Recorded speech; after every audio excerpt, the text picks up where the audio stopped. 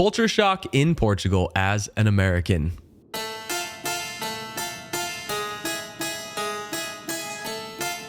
Hey everybody, this is some guy named Dave in Portugal.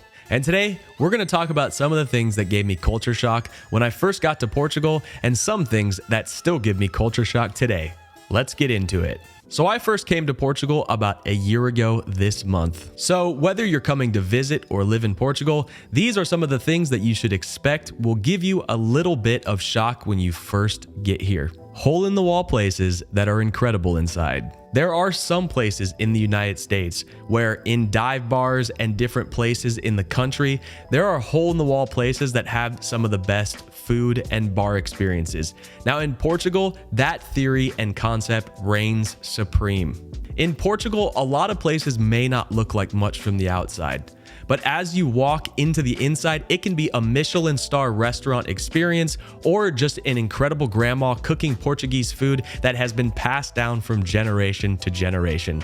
So in Portugal, never judge a book by its cover and make sure to try anything that looks a little dodgy outside, down an alleyway, or in some weird basement type stair setting. Branch out, don't be afraid, Portugal won't bite. I wouldn't say to do this in countries all over the world, but in Portugal, you, for the most part, walking down a dark alley might get you some of the best food that you've ever had in your life. So take risks in Portugal and check out some of the places that look a little dirty and dodgy. You won't regret it. Driving in Portugal. Now, driving in Portugal isn't that much different from driving in the United States. In fact, they legally allow you to rent cars and drive in Portugal on your United States driver's license for a limited time. But I will tell you that there are some differences, and it is very important to be safe and know these differences before you drive in Portugal. Number one is the roundabouts. It is very important to understand how the roundabouts work in Portugal because people drive very fast into them and drive very fast out of them, sometimes with no signal warnings, and they just decide to exit. It's very important to understand how the rules of a roundabout work. Now, I'm not going to go into those details in this video. You can Google how the roundabouts work in Portugal and what the laws are. But before you come to Portugal and just start driving into a roundabout, I suggest that you understand how they work, what to expect, and make sure to be safe for yourself and the others around you. It's important to practice defensive driving in Portugal because you have to kind of be watching all the foreigners, all the Portuguese people intermingling on these tiny streets. And it's very important that you practice defensive driving to kind of prepare for anything that could happen in front of you or anywhere around you. The next one is driving fast. So in Portugal, the highway speeds are very similar to the United States in cities like Miami or Los Angeles or the Bay Area and San Francisco.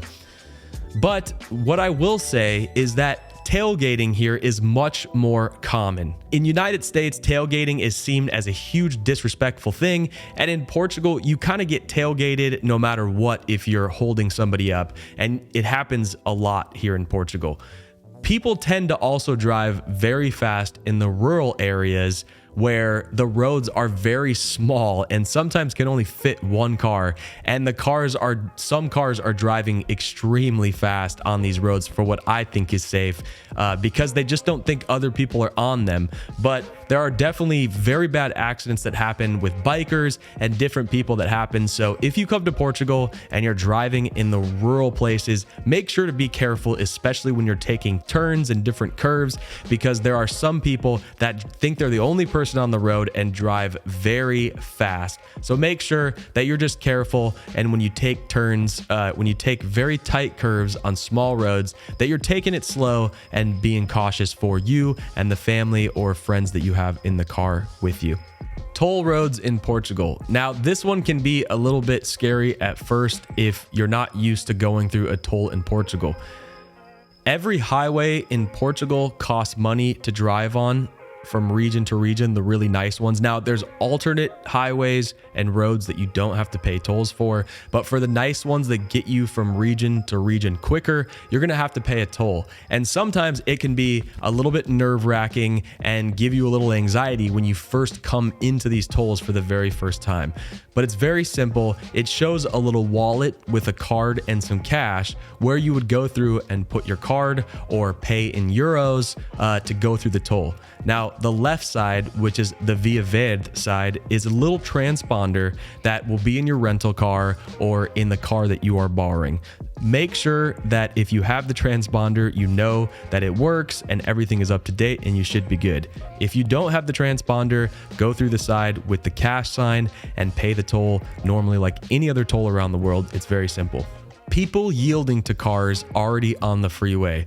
Now, in United States, typically the people that are already on the freeway get over to allow the new car flow to get onto the freeway. But in Portugal, people actually stop right before they merge onto the freeway. And this is very dangerous and important to watch out for because there are trucks that will just hold that right lane and will literally run you off the road if you're not ready to yield for them. So it's very important to watch ahead of you when you're driving onto a freeway in Portugal, as the car in front of you may yield to a truck or something already on, or someone already on the freeway, and you may rear end them because you're anticipating just driving onto the freeway. Dogs.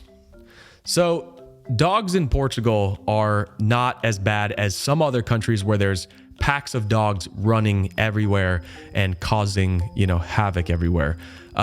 Dogs here, there are some stray dogs that are around, but for the most part, it's not like running rampant like other countries are. But in Portugal, the way they take care of dogs is a little bit different, and the standard of that is a little bit different than the United States. There are a lot of Portuguese people that love their dogs and take very good care of their dogs. Now, in rural and more country areas, it's more typical to have your dog on a chain all day outside and all night. One thing that happens in the more rural neighborhoods is that the dogs will bark all night long. The Portuguese people somehow have blocked this out of their ears, and their own dogs will be in their front yard barking all night long, which is just crazy to me because if I'm, their neighbor, then it has to be louder for them. So I don't understand why they don't, stop their dog from barking, but they have just tuned it out. The more time that I've lived in Portugal, the more used to I've gotten to the dog barking, and I honestly have tuned it out.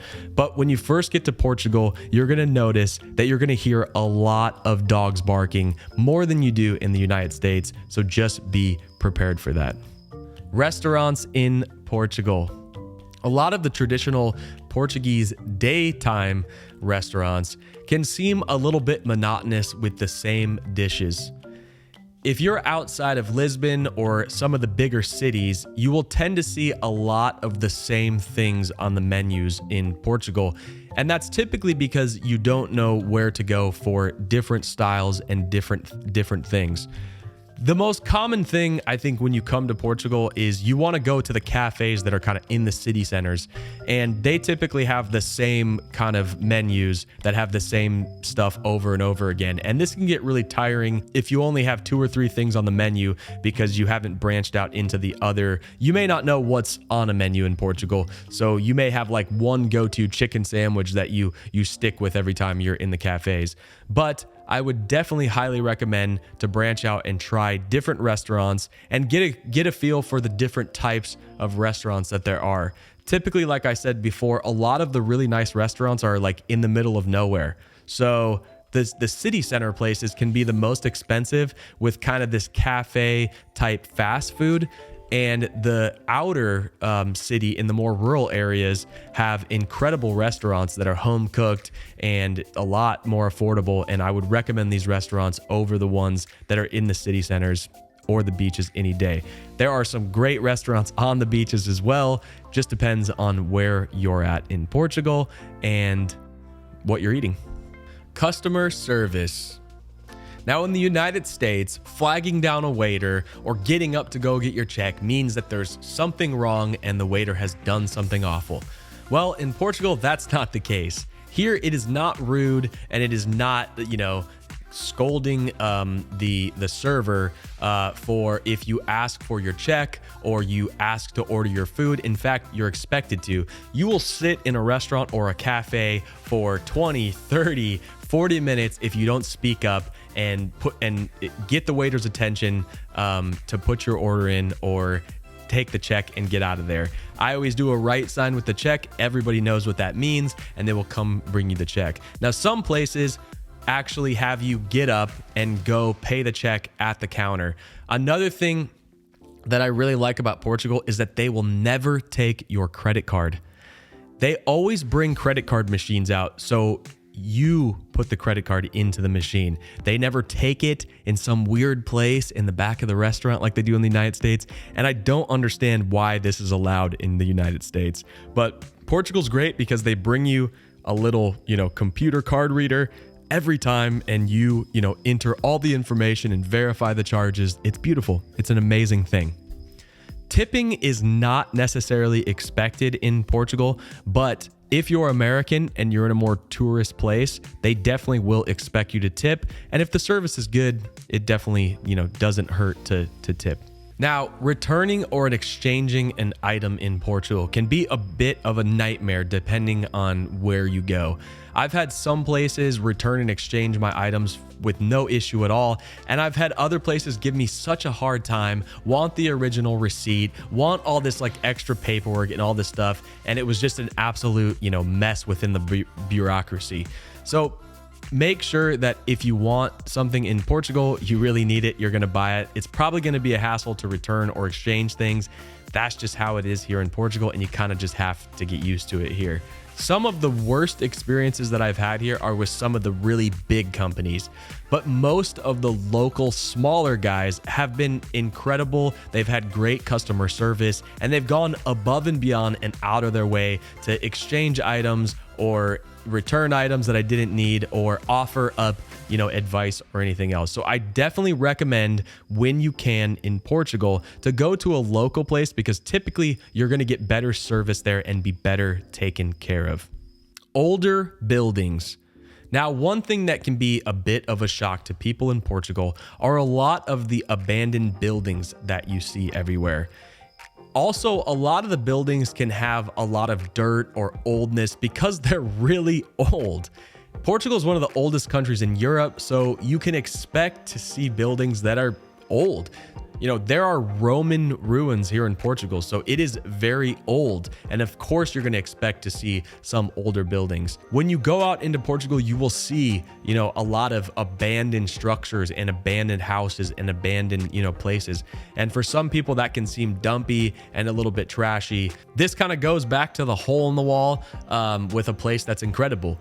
A lot of places in Portugal from the outside don't look like much and might seem dirty or spotty or in a dangerous area. You may have to go down some dark alley or down some stairs to get to it, but trust me, in Portugal, it is safe to do so. I wouldn't advise in other countries to do stuff like this, but most of the gems in Portugal are down some dark alley or in some, stairway, to God knows where. It's definitely worth it. Go check it out. This is where you find the best gems in Portugal. You can quote me on that. Graffiti.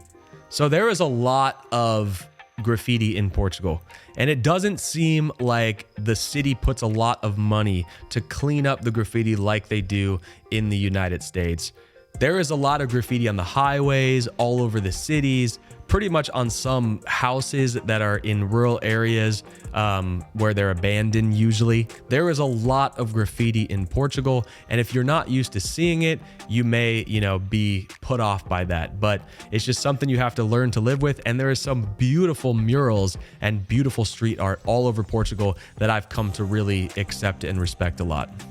Taxes. Now, the sales tax here is called IVA, and it's 23% on everything. So this can seem like a lot of tax, which it is high for a sales tax compared to anything in the United States. But typically the IVA is included into the buy price when you buy something. So in the United States, when you go get your receipt, when you check out, you're met with then the tax afterwards. So it's a bigger price from whatever you saw on the shelf. In Portugal, the IVA is added to the price. So when you take something off of the shelf, it'll be to the cents, the exact same price it was that you saw it on the shelf when you get the receipt or the bill. The IVA is always included for the most part, and in some instances, in quotes, it's not, but it usually is. Mail.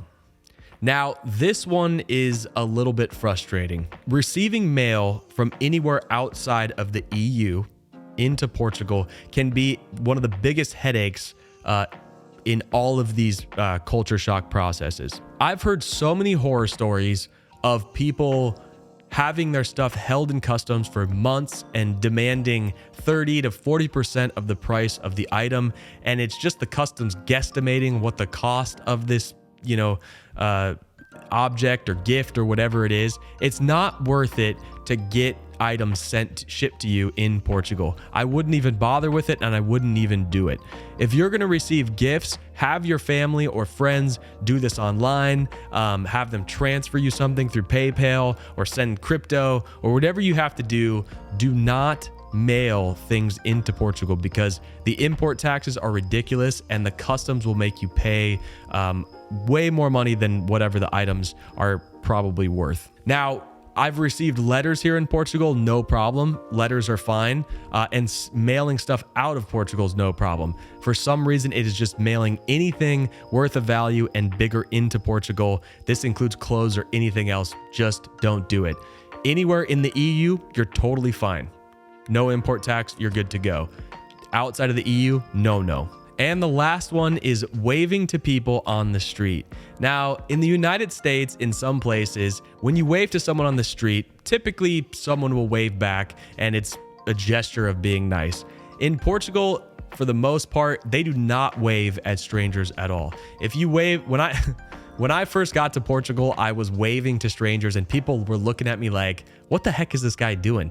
It is not common in Portugal for people to wave at strangers here, especially in the cities. Now, if you're in the more rural areas where people know each other, they definitely will wave at each other. All my neighbors wave at me and I wave at them. People typically do not wave to strangers in Portugal. And if you're walking around waving at people, chances are they will look at you like, what the heck is this guy doing? So those are some of the biggest things that have given me culture shock since I've been in Portugal as an American. If you want to see more videos like this about Portugal, make sure to like and hit that subscribe button. This is Dave in Portugal. We'll see you next time.